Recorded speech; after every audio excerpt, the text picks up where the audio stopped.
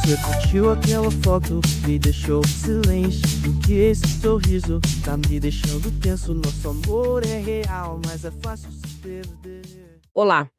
Bom, vamos mergulhar hoje numa discussão bem importante, sabe? Sobre a situação social e educacional, olhando mais para São Paulo. A gente tem aqui uma entrevista recente, comentários de especialistas. Isso, e tem umas falas aí de figuras públicas que deram o que falar, né?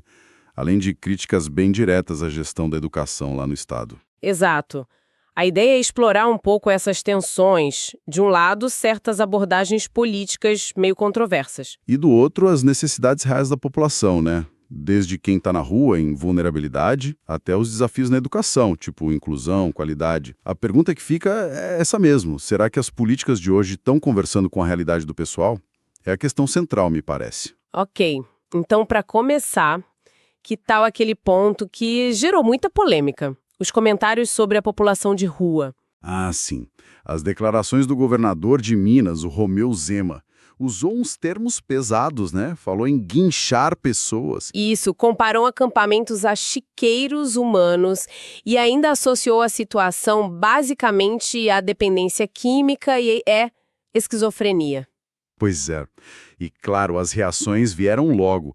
A educadora Lúcia França, por exemplo, foi uma das vozes que apontou, assim, uma baita falta de sensibilidade. Ela bateu na tecla da desigualdade social como pano de fundo, né? Exato.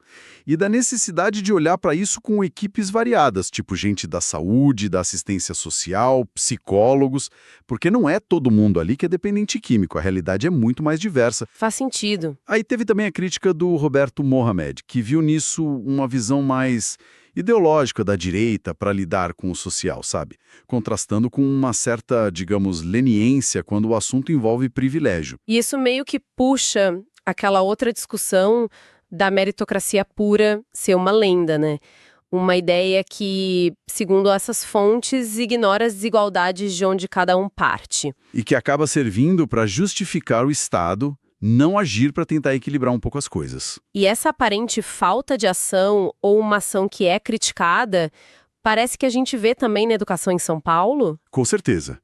As críticas ali se concentram bastante na gestão do secretário, o Renato Feder. Uma das fontes até levanta uma suspeita de conflito de interesse. Ah, por causa daquela história da compra de plataformas digitais de uma empresa que ele teria ligação. Isso. Mas olha, os problemas que apontam vão bem além disso, sabe? Tipo, o quê, por exemplo? O que mais as fontes trouxeram? Bom, falam em queda nos indicadores do Saresp, aquele sistema de avaliação de São Paulo, falam de falta de manutenção básica nas escolas, prédio caindo aos pedaços. Falta professor também, né? E concurso. Exato, falta professor, não tem concurso. E aí chega num nível, segundo os relatos, de faltar o básico do básico, tipo papel higiênico em algumas escolas. Nossa, e um dado que chamou muito a atenção, a queda forte nos índices de alfabetização lá na capital. É bem preocupante. É um cenário que destoa muito daquela visão que a Lúcia França defende para a escola, né? Um lugar de afeto, de diálogo. Totalmente. Sonhos, de acolhimento. Por isso ela critica, por exemplo, a ideia das escolas cívico-militares. A defesa dela é, cada um na sua área. Militar cuida de segurança, professor cuida da educação. Falando em acolhimento, tem a questão da inclusão, que é sempre delicada. O caso do goleiro Cássio foi bem marcante, né? A dificuldade que ele teve para matricular a filha com autismo. Nossa, sim. Mesmo em escola particular, né? Exato. Isso joga luz num desafio enorme. A Lúcia França argumenta, e eu acho pertinente, que a inclusão é um caminho sem volta, sabe? E que é bom para todo mundo na escola. Mas... Tem um mas aí.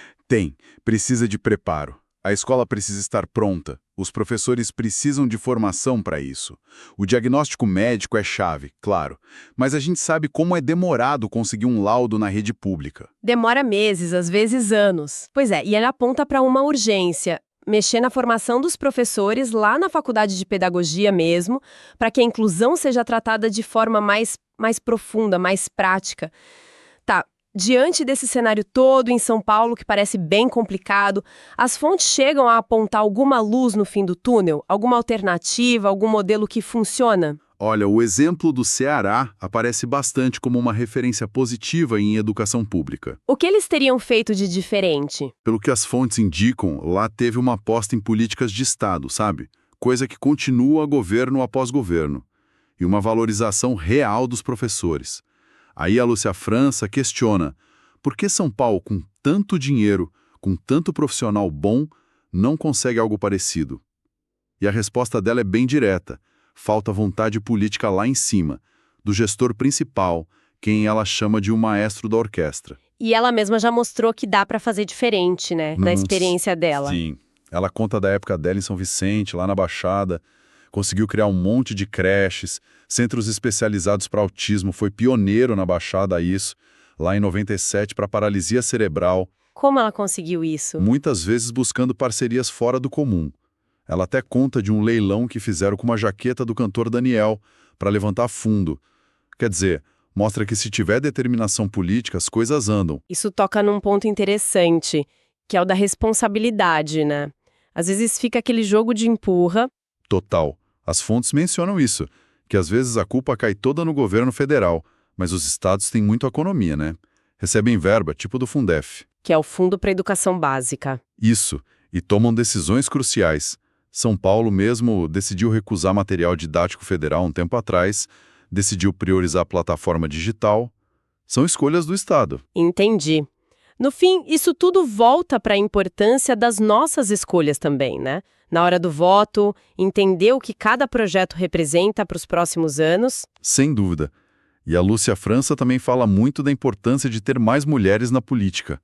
O argumento dela é que vivências diferentes trazem olhares diferentes mais completos para pensar as políticas públicas. Trazem uma sensibilidade diferente, talvez, como naquela história que ela conta da mãe no Guarujá. Exato.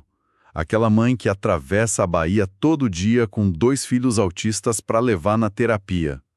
Imagina só se a experiência direta dessa mulher, a luta diária dela, informasse de verdade as decisões lá no gabinete. Dá outra dimensão para a coisa, né? Com certeza.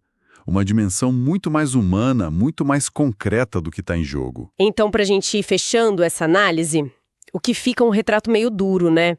Críticas fortes a certas visões sobre problemas sociais e uma gestão da educação em São Paulo que parece um pouco desconectada das necessidades mais urgentes, principalmente dos mais vulneráveis. Sim, e por outro lado, fica muito clara a importância da tal vontade política e de trazer para a mesa a perspectiva de quem está vivendo o problema na pele, no dia a dia.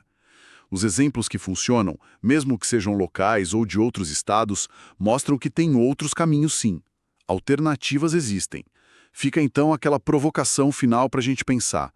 Como é que seriam as políticas públicas se a experiência daquela mãe do Guarujá ou do professor que tira dinheiro do bolso para comprar giz não fosse só uma história para emocionar, mas um fator que realmente pesa na hora de decidir os rumos? O que de fato mudaria na prática? Você curtiu aquela foto, me deixou em silêncio. Porque esse sorriso tá me deixando tenso. Nosso amor é real, mas é fácil se perder.